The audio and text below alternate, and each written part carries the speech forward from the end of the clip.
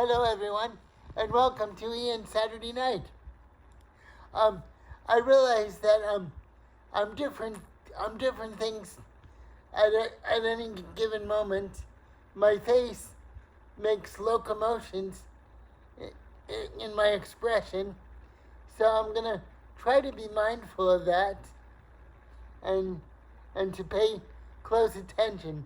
This is the first show where I haven't shaved, but that's just how it happened, and and I'm very I'm very interested in how I appear at any given moment.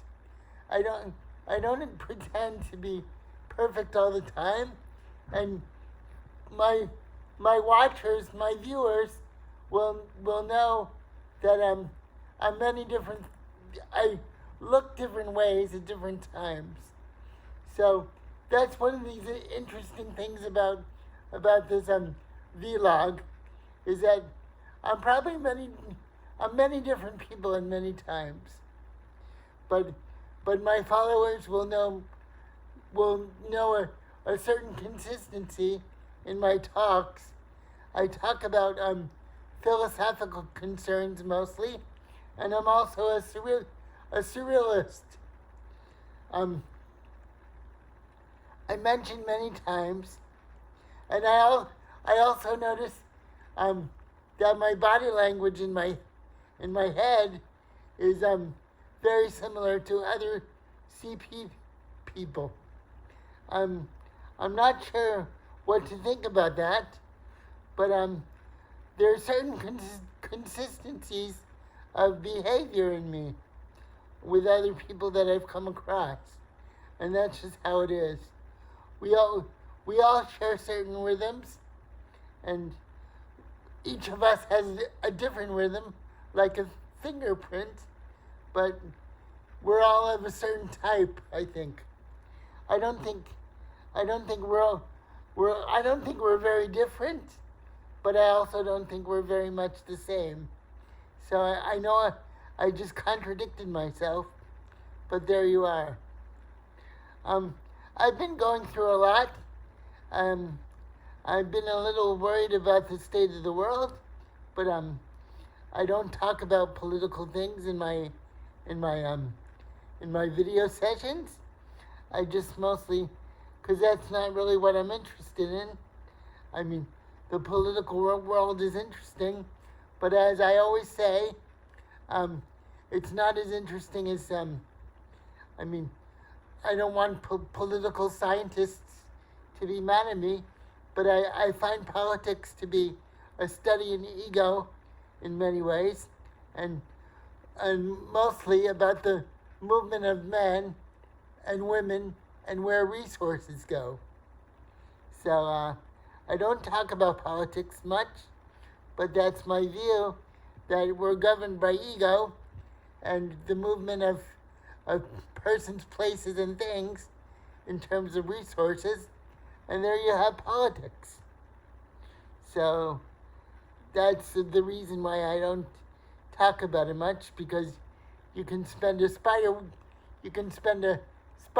web of time just going in circles about what you believe, and the real interest for me is pop culture and how we feel about things, and social and philosophical ideas, and for me that's the real interest of the human experience. And I also think about our experiences are very vast. In a human's lifespan, we think we have to provide for food, shelter, and those kinds of things. But in each person has a wide variety of human experiences. So, I don't think one reality is reality. I think there's many different realities in a so-called reality. I might say gobbledygook here, a lot of gobbledygook, but basically I'm saying there's a great variety of human experience, and there's not one absolute reality. I could look at a tree and see it differently from another person in Key West looking at the very same tree.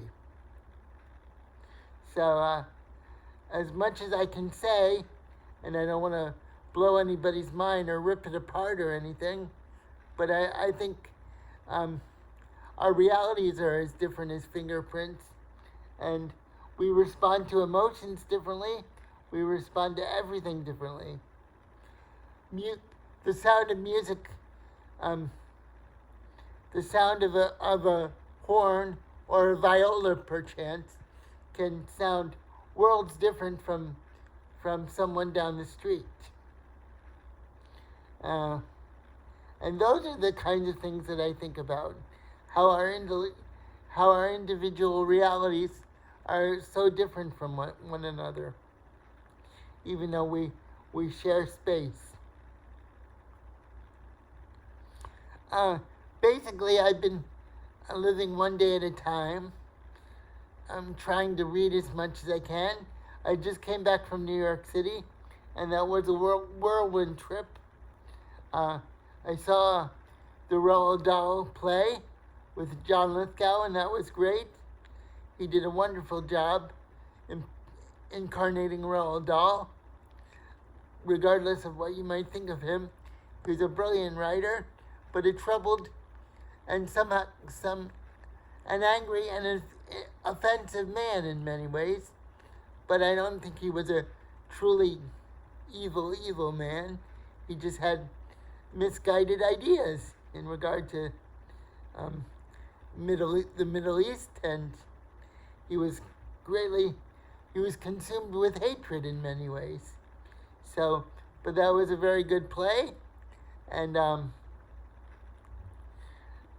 that was an experience, and I had, it was a smooth New York trip, but I was glad to get back home, because it disturbed my bodily rhythms in many ways, and I won't go into detail, but that's what happens when I travel. My rhythms are out of whack, so that's what was happening. So, but I had a wonderful trip, wonderful food, a lot of different places to see, and I saw my good friend David, who was a collaborator and an artist, David Genest in New York City, and it was a wonderful time.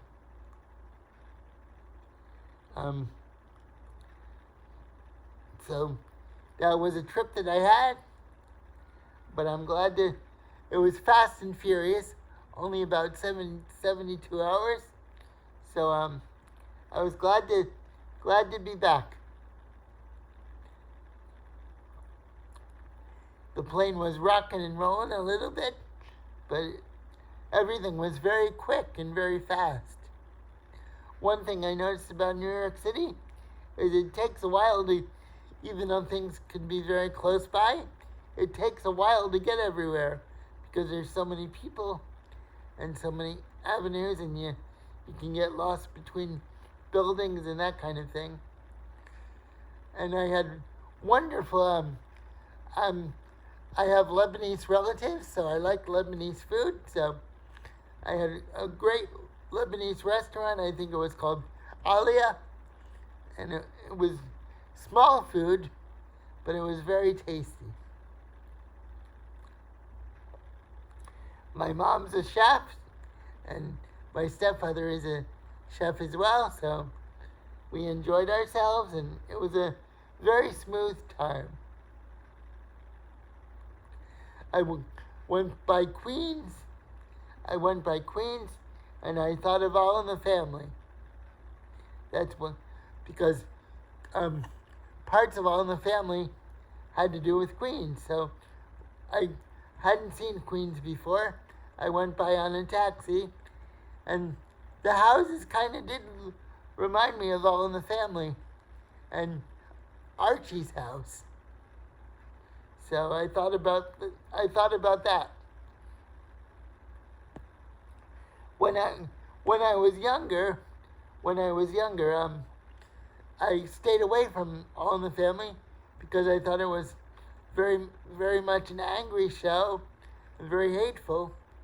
And indeed, Archie's dialogue is very hard, very upsetting to hear in many ways.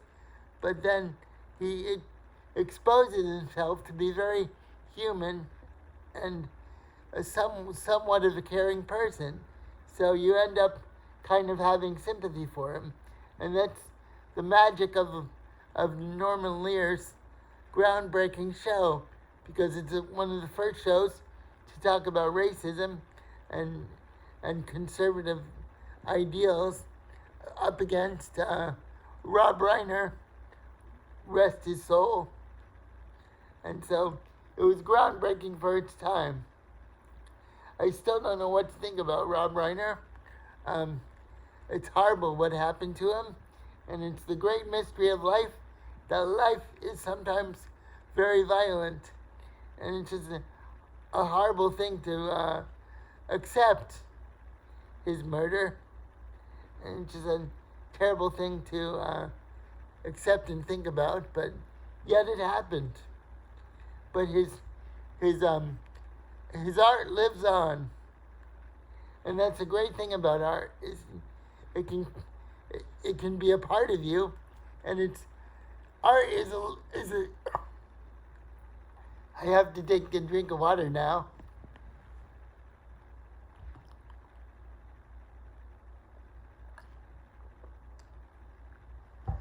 As I was saying, art is alive.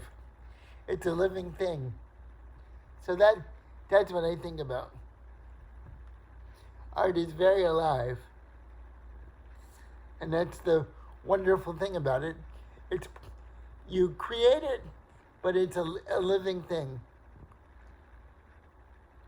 Some of you might tell me how interesting I look, and bohemian, and a little like a positive Tom Waits with my beard and the way I move my head around. But such is life. I can't be perfect on these shows. I'm not like Oscar Wilde with every hair in place, or a George Clooney, or I'm trying to think of a perfect movie star, or a Brad Pitt. Well, Brad Pitt looks, sometimes he kind of looks like he's natural, and he's struggling because those are the parts he plays. But I can't be a Oscar Wilde or a Calvin Klein model. So what you see is what you get, and I'm ready for it too. Okay, everyone. Well, I'm gonna sign off, and I hope that all of you can stay positive, because like you never know what life can throw at you. And thanks for watching, and I will keep up with these shows. And thank you for tuning in. You give me a lot of spirit, so I'm very appreciative. Thank you for listening. Thank you for watching. Bye, everybody.